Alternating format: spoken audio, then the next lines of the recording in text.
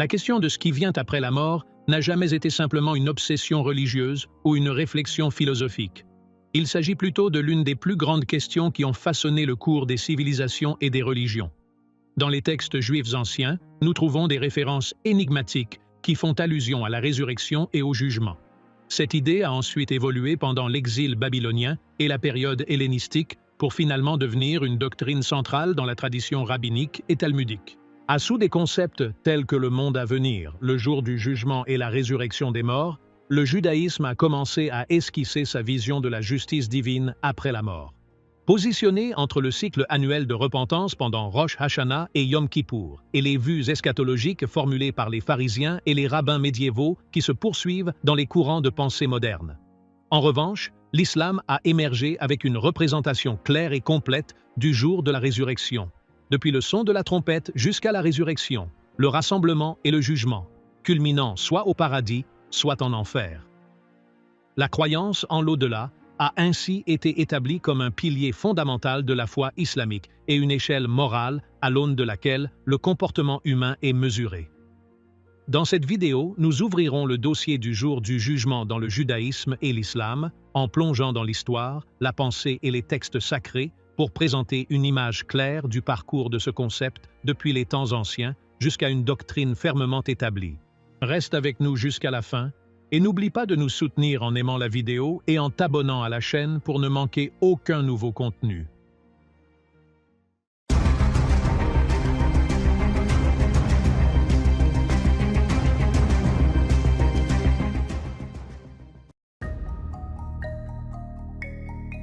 Dès les premiers stades de la conscience religieuse dans le Proche-Orient ancien, les grandes questions concernant le sens de la vie, de la mort et de la rétribution posthume ont pris forme en tant qu'arrière-plan fondamental pour tous les récits de foi.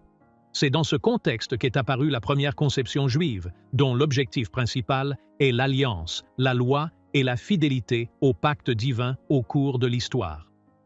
Les références à la vie après la mort et au jour du jugement sont toutefois restées brèves ou symboliques.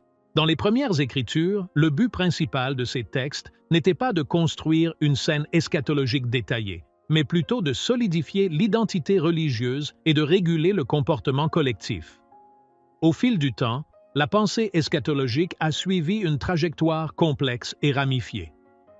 Certaines interprétations abordaient la destinée humaine d'un point de vue spirituel, en mettant l'accent sur la justice divine et l'élévation de l'âme après la mort. D'autres ont élargi la vision à un horizon historique national, liant la fin du monde à la rédemption messianique. D'autres encore se sont rapprochés d'un cadre eschatologique plus direct, englobant la résurrection et le jugement. Dans un cadre analytique, on peut distinguer 4 niveaux fondamentaux. Le texte fondateur représenté par le Tanakh et les éléments initiaux qu'il a établis dans la tradition rabbinique. Deuxièmement, les développements historiques qui ont remodelé le sens à travers les différentes étapes. Troisièmement, les divergences doctrinales qui ont émergé parmi des groupes tels que les pharisiens, les sadducéens et les samaritains. Et enfin, le modèle islamique normatif, qui est invoqué plus tard à des fins de comparaison sans élaboration détaillée à ce stade. Grâce à cette progression graduelle, on peut retracer l'émergence du concept de jugement et le développement de termes clés tels que le monde à venir, Olam, Haba, et le jour du jugement, et observer comment ces concepts ont évolué pour devenir des piliers majeurs du discours religieux juif et des outils de renforcement de l'engagement moral et de l'identité collective. Le Tanakh constitue le principal réservoir de vocabulaire et d'images eschatologiques dans le judaïsme. Ces versets clés fonctionnent davantage comme des panneaux indicateurs que comme un récit détaillé du jour de la résurrection. Dans le livre de Daniel 12 apparaît le passage biblique le plus clair concernant la résurrection, où la dualité du destin est articulée à travers l'image de ceux qui dorment dans la poussière de la terre, réveillant certains à la vie éternelle et d'autres à la honte éternelle. Les notions de résurrection et de récompense éternelle apparaissent ici comme 2 piliers fondamentaux de la conscience juive de l'au-delà, formant un point de référence central pour toutes les discussions ultérieures sur la résurrection dans les textes juifs. Le livre d'Isaïe 26, quant à lui, présente des images de la vie après la mort et des scènes de jugement cosmique marquées par des bouleversements de l'ordre même du monde précédant l'avènement du jugement divin. Cette imagerie situe le destin individuel dans un cadre cosmique et historique plus large. Dans le livre de Job, la voie de l'espoir de rencontrer Dieu après la mort est revisitée. Un passage qui a suscité un large débat exégétique entre ceux qui l'interprètent comme une rencontre corporelle et ceux qui la comprennent comme une rencontre spirituelle. Cette divergence révèle une ouverture herméneutique précoce au sein même des textes fondateurs.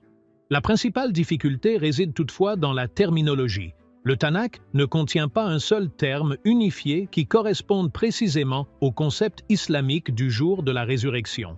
Il présente plutôt un réseau de concepts interdépendants tels que le jugement, le livre ou le registre, la résurrection ou le réveil, la vie éternelle et la justice divine.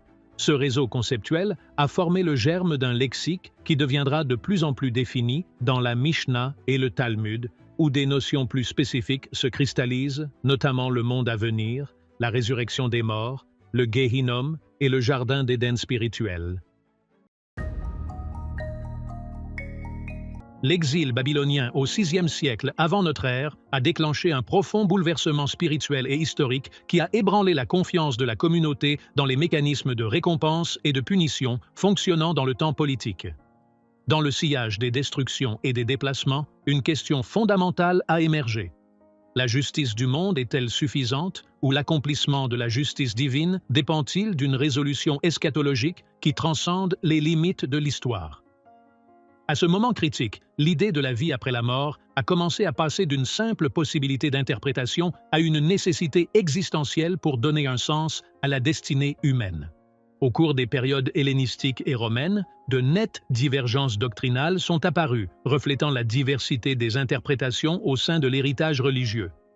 Les Sadducéens, étroitement associés aux 5 livres de Moïse, étaient donc connus pour leur réserve à l'égard de la doctrine de la résurrection, non pas comme un refus catégorique de la vie après la mort, mais comme une adhésion littérale aux limites d'un texte qui n'élaborait pas explicitement cette croyance. À l'opposé, les pharisiens ont embrassé un horizon plus large grâce à l'interprétation orale, qui constituera plus tard le fondement de la Mishnah et du Talmud. Pour eux, les concepts de résurrection et de monde à venir étaient beaucoup plus explicites, et la résurrection des morts est apparue comme un pilier central de la croyance. L'interaction permanente avec les empires grecs et plus tard romains a joué un rôle décisif dans la consolidation de cette transformation. Les injustices récurrentes ont renforcé la conviction que la justice ne pouvait s'épuiser dans la seule sphère de la politique. C'est ainsi que l'idée d'un bilan eschatologique est venue compenser les déficiences de l'histoire et combler son vide. Des termes tels que le jour du jugement, la résurrection et le registre céleste sont devenus partie intégrante du discours sur l'identité et la résistance éthique, servant de cadre à la compréhension de la justice divine dans un monde qui ne garantissait plus la justice humaine. Avec la formation de la Mishnah et plus tard de la Gemara, c'est-à-dire du Talmud, la pensée juive est passée des premiers germes textuels à une structure conceptuelle plus cohérente en ce qui concerne la question de la vie après la mort. Le concept du monde à venir, Olam Haba, est apparu comme un terme au large éventail sémantique. Il pourrait faire référence à l'état eschatologique dans lequel les âmes des justes retournent après la mort, ou désigner l'horizon messianique historique qui suit ce monde actuel. Cette largeur sémantique a permis à la tradition rabbinique de s'adapter à diverses orientations sans sacrifier l'unité symbolique du concept. La doctrine de la résurrection des morts s'est fermement établie comme une croyance centrale et a été plus tard intégrée aux principes de foi énoncés par Moïse Maïmonide. Cette incorporation a conféré à la doctrine une autorité normative durable au sein de la théologie juive classique. Parallèlement, les notions de récompense et de punition se sont cristallisées à travers le double cadre du jardin spirituel d'Éden et du Gehinnom. Les explications rabbiniques ont souvent dépeint le Gehinnom comme une étape temporaire de purification précédant l'ascension de l'âme vers le monde à venir, alors que des différences significatives subsistaient entre les sources concernant sa nature et sa durée. Au fil des siècles, Les interprétations ont varié entre des approches symboliques et éthiques d'une part et des lectures littérales et eschatologiques d'autre part. La prééminence de chaque approche a fluctué en fonction de l'école et de la période historique. Par conséquent, tout engagement dans les textes de la Mishnah, du Talmud et de leurs développements ultérieurs nécessite un langage descriptif équilibré qui présente les positions telles qu'elles sont et situe les perspectives critiques dans leur contexte historique, sans généralisation ni dénigrement. L'objectif de cette présentation est d'offrir un cadre intellectuel complet qui permette aux lecteurs et aux chercheurs de comprendre comment le concept du jour du jugement a pris forme dans le judaïsme à travers la tradition rabbinique et ses principaux fondements conceptuels au cours du Moyen Âge. Les contours de la doctrine eschatologique juive se sont cristallisés à travers deux trajectoires complémentaires. La première était une voie rationnelle ancrée dans l'argumentation visant à démontrer la justice divine et la rétribution posthume.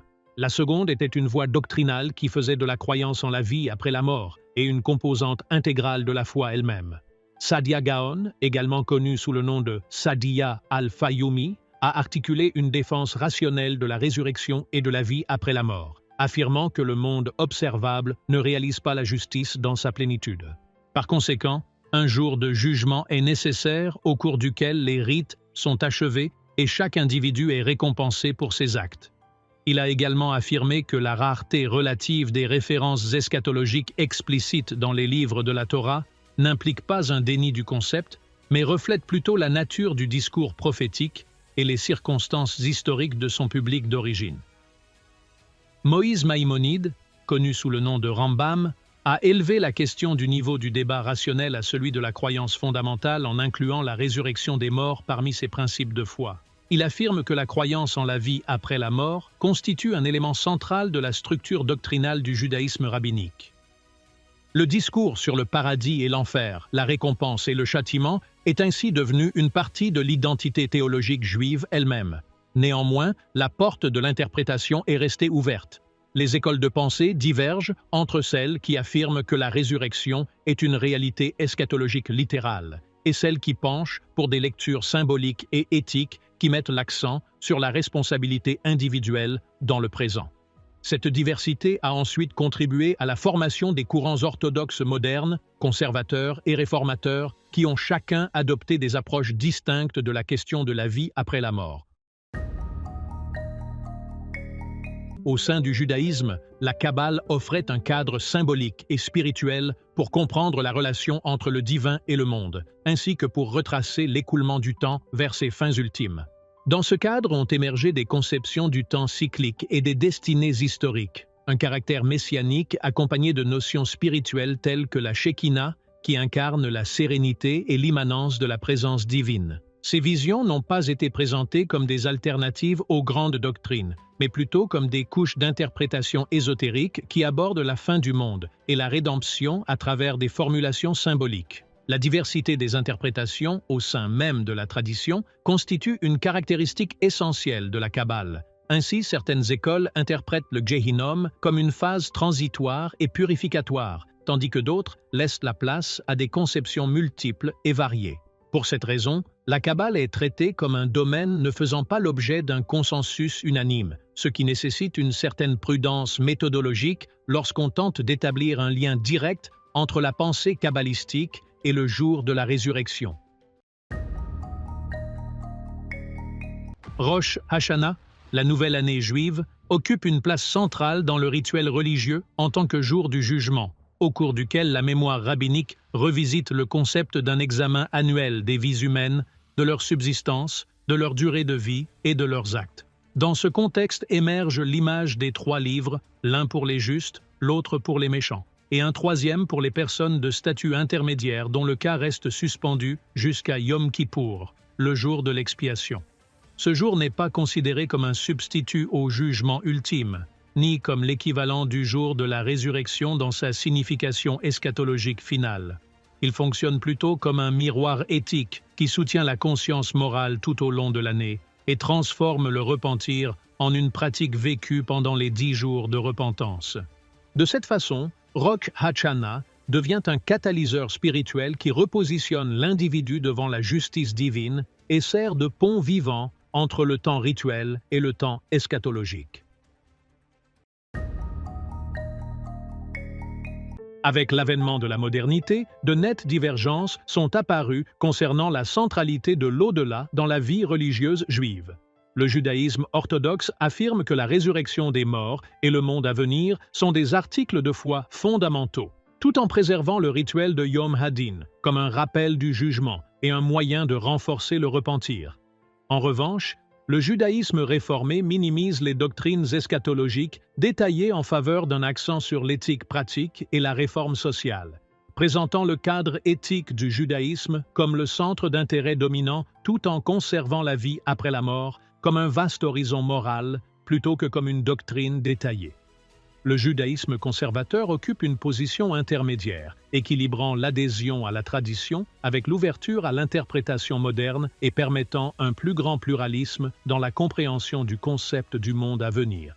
Dans la période contemporaine, la discussion sur le jour de la résurrection a gagné une visibilité renouvelée à travers diverses plateformes. Dans le contexte juif, les fêtes telles que Rosh Hashanah et Yom Kippour sont invoquées comme des symboles annuels de bilan et de repentir. Dans le contexte islamique, un vaste ensemble de contenus circule, décrivant les scènes du jour de la résurrection, depuis le son de la trompette jusqu'à la rétribution éternelle, souvent véhiculés dans un langage puissamment exhortatif, visant à instiller la certitude et à renforcer la foi. Pourtant, ce contenu reste de qualité inégale. Si certaines d'entre elles se caractérisent par un manque de documentation, des plateformes académiques spécialisées proposent des analyses plus équilibrées et plus rigoureuses.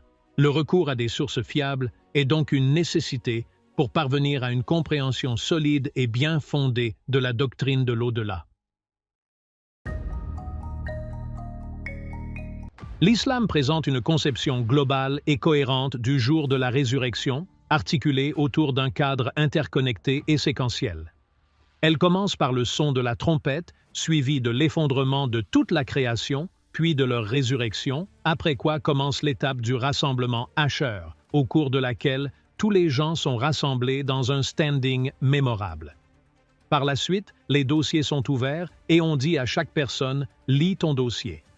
Comme chaque personne se présente devant le registre de ses actes.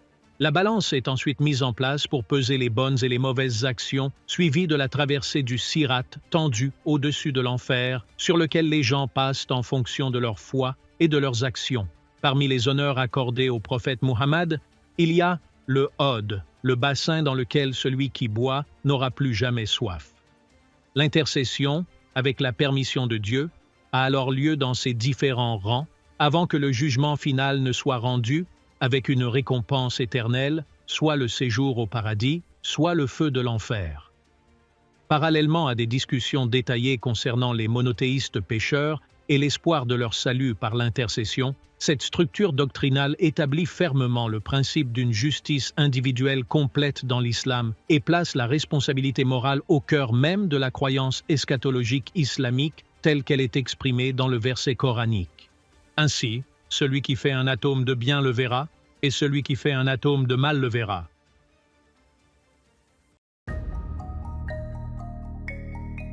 Les conceptions islamiques et juives convergent dans leur croyance en la résurrection, le jugement et les principes de récompense et de punition, la justice divine et la responsabilité morale occupant une position centrale. Pourtant, les différences structurelles entre les deux restent claires. Dans le judaïsme, en particulier dans la tradition rabbinique, le jour annuel du jugement, Rosh Hashanah ou Yom Hadin, sert de rituel de repentir et de révision. Les significations de Olam Haba, le monde à venir, varient, englobant à la fois un sens eschatologique et un horizon messianique historique. Les commentaires rabbiniques approfondis sur des concepts tels que le jardin d'Éden et le Gehinnom présentent souvent une compréhension essentiellement temporaire et purificatrice de la vie après la mort dans de nombreuses sources. Dans l'islam, en revanche, la scène eschatologique est une séquence unifiée et complète, qui commence par le son de la trompette, suivi de la résurrection et du rassemblement des Hasher, de l'ouverture du livre Kitab, de la balance Manzan, de la traversée de la Sirat, du Hod, et enfin de l'intercession menant à la rétribution éternelle. L'islam affirme le caractère éternel du paradis pour ses habitants et de l'enfer pour les mécréants. Sa structure doctrinale intègre de façon unique l'intercession par la permission de Dieu, une caractéristique absente dans le judaïsme. De plus, l'islam met l'accent sur la responsabilité individuelle dans le cadre d'une justice qui englobe toute l'humanité, contrairement aux dimensions historiques, collectives ou messianiques présentes dans certaines visions eschatologiques juives.